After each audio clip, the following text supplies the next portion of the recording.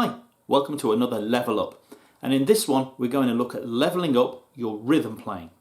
I'm going to take you through 7 steps to turn the first one of those things that I just played into the second one. We're going to work around a standard 3-chord 12-bar blues pattern in the key of C, which is a chord pattern that isn't just exclusive to the blues. This is in lots and lots of rock and roll, pop, country songs, as well as those blues songs. Now, the rhythms I'm going to play won't necessarily work with every type of music, but we'll talk about how you can focus in on the rhythms that you do want to play to suit the music that you want to play. The first thing to do is to look at the rhythm you're playing and think to yourself, does this suit the song I'm playing? Does this help people hear the song in the way I want them to hear it? So to begin with, I was more or less just doing bashing away at that strum that's often called the island strum or the calypso strum. Down, down, up, down. I'm not doing it with any subtlety. I'm bashing away as hard as I can, and I'm just letting the chords ring out in creating a bit of a mess, really. How many songs do you actually know that have that kind of rhythm on them? So the first thing to do is to really listen to recordings of the songs that you want to play. Focus in on what the guitar player is doing. Now, if we were guitarists, it's easy. We just listen to the guitar player, learn the guitar part, go away and play the song with the band. But most records don't have a ukulele part. So we have to pick the part that's closest to what we want to do. Quite often, in lots of rock, pop, country, folk, etc., that is going to be the guitar. Although it could be a banjo or a mandolin, but an instrument that functions in the same kind of way as this. We have strings and frets and we strum. I'd be willing to bet on a lot of those songs that we're just doing the calypso strum on, the guitar on the record is not doing that at all. So first thing is listen really carefully before you even try and play anything. The next thing to think about is where you play those chords on the fingerboard and how that affects the sound. We tend to just go for our open chords, and they can be absolutely great. Lots of times those ringing open strings are really useful. And again, this will depend on the song that you're trying to play. But if you really want to focus that rhythm in and get it to do what you want it to do, you might want to try playing closed chords with no open strings. That doesn't necessarily mean bar chords. Some of these will just have 4 fingers on 4 strings, and there are also times when you can play 3 fingers on 3 strings and mute one of the open strings so that it doesn't ring out. There's a little video link popping up at the top. That'll take you to another one of my videos where I talk about how you can make 3 string chords into movable shapes. So that'll help you with this as well as the chords I'm going to show you now.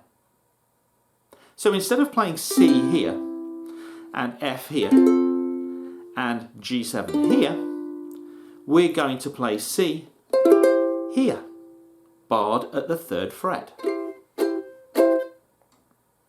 Our F, we're actually going to change to an F7. Now, whether this will actually work in your particular song, I don't know. It depends on the song, but quite often when we're playing songs like this, the F and the G can frequently be 7th chords. The G almost all the time, but the F is often a 7th chord too, and it has a really nice sound to it. Plus, if we do make it an F7 now, we can do something else a bit later on. F7 we can play like this. Notice no open strings. That's going to let me control this. G7, we just slide that one up 2 frets and we have a G7. So 2 shapes. Already I can control those chords. So instead of this, I can do this.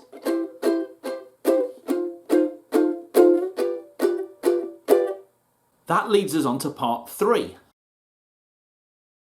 Use your left hand to control when you hear the chords. Forget the strum pattern. This hand is going to go down, up, down, up, down, up, down, up all the time. Our left hand is going to make the decision about when the chord sounds and when it doesn't.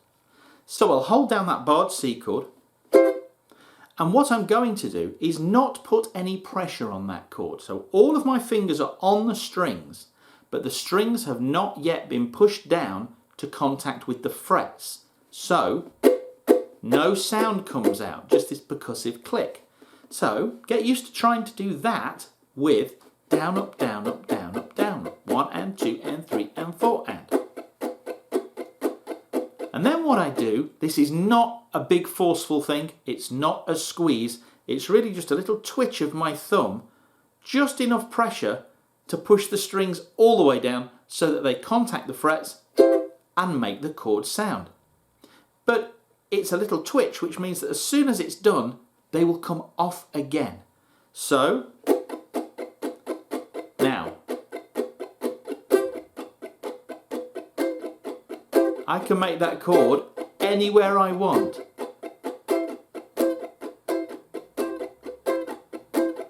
I'm not thinking about my right hand, that's just going down, up, down, up. I'm thinking squeeze, squeeze, squeeze. But not squeeze, just tiny, tiny little bit of pressure. So let's revisit our 12 bar blues and see what we've got so far. We had this.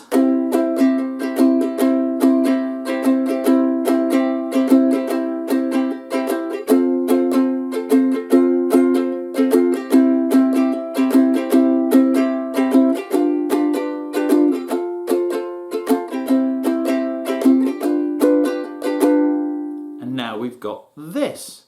And I can make up any rhythm I want.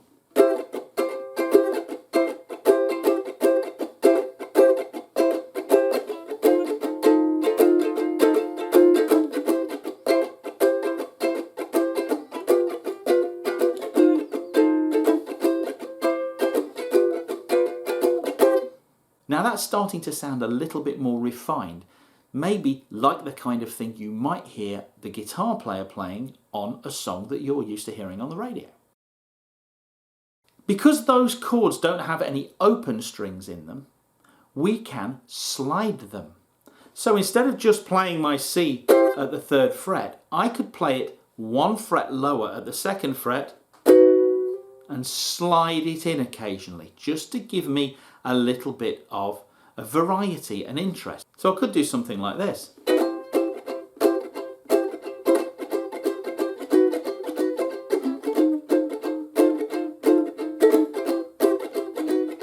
My G7 could go down to the F. So when I got to my G7,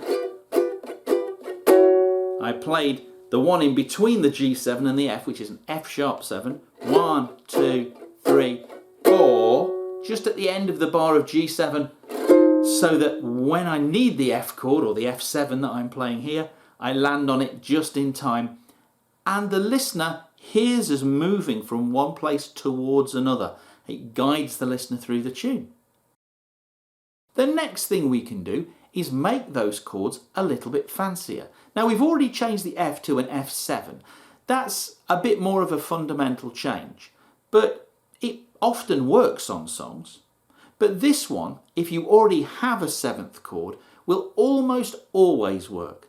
And that is take your 7th chord and make it into a 9th chord. Now that sounds really, really complicated.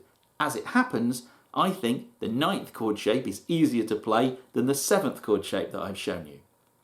A 9th chord is just a 7th chord with another note added to it that makes it sound a little bit more colourful, jazzy. However you describe it, there's more information in there, it sounds more interesting. So instead of our F7 looking like this, our F9 is going to look like this. One note has changed. The note we were playing at the 1st fret with our index finger has now moved up to be on the 3rd fret alongside our ring finger and little finger. So we have to re-finger to get it. Some people play these with a little partial bar, maybe using their 1st and 2nd fingers, or 1st and 3rd, or 1st and little, or their 2nd and 3rd. There's so many ways you can play this 9th chord. I quite like doing it with 4 individual fingertips, but you can play around and see which one you find easiest. So that's at the 2nd and 3rd frets. My G9, just like my F7, moved up made my G7. My F9 moved up by 2 frets will make my G9. So now I'm at the 4th fret and these 3 are at the 5th fret. So I've just made those chords a little bit more interesting. So now we would get something like this. I won't play the whole 12 bar, but we'll go from the end of the C. Here we go, F9.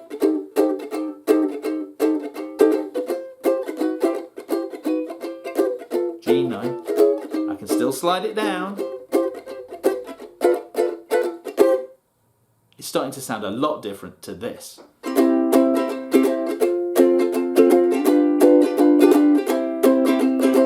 Isn't it? The next step is to try not to get stuck in one rhythm. Now, that doesn't mean you just play more or less randomly. You're going to have a particular feel that fits the song you're playing. But that doesn't mean you have to play exactly the same rhythm all the time. You can vary the rhythm but still keep the same feel. If you do that, you'll kind of give the rhythm a little bit of space to breathe. It won't sound quite so mechanical, but it'll still keep the listener on track. So if my overall rhythm, for example, was this, I'm only making the chord sound with my left hand when my right hand is on the way up. So I'm playing on all of the ands. One and. Now I could play all the way through like that, but it might be nice if now and again I played the downstroke on the first beat of the bar to introduce maybe a new chord. So I might get towards the end of my C, and when I get to my F9,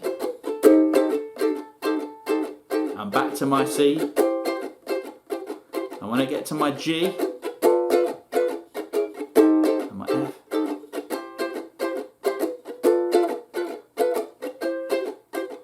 but when I don't change chord, I'm not doing it. I'm waiting until, so all I'm doing there is playing up, up, up, up, up, change chord, and 1, the downstroke on the 1, and then going back to playing my ups. But still, even then, I don't have to think to myself, I must do that every time this happens.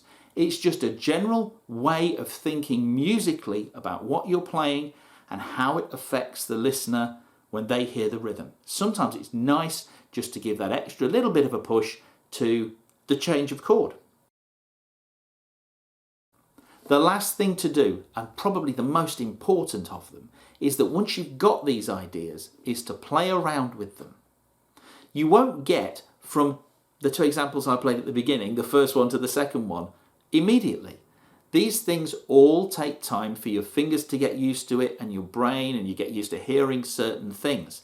The best way to do that is to play along with other people. Now that's not so easy at the moment, but I have got a 12-bar blues play along, and you can put that on, turn up the volume and play along with it. And to start with, do the simple strum, whatever you're most comfortable with, and just get the chord changes in the right place.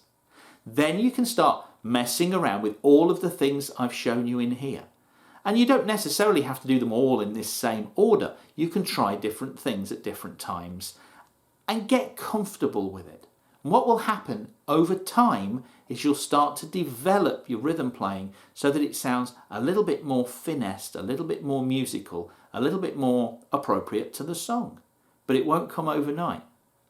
Finally, you might be playing songs that aren't 12-bar blues like this one, and that's fine.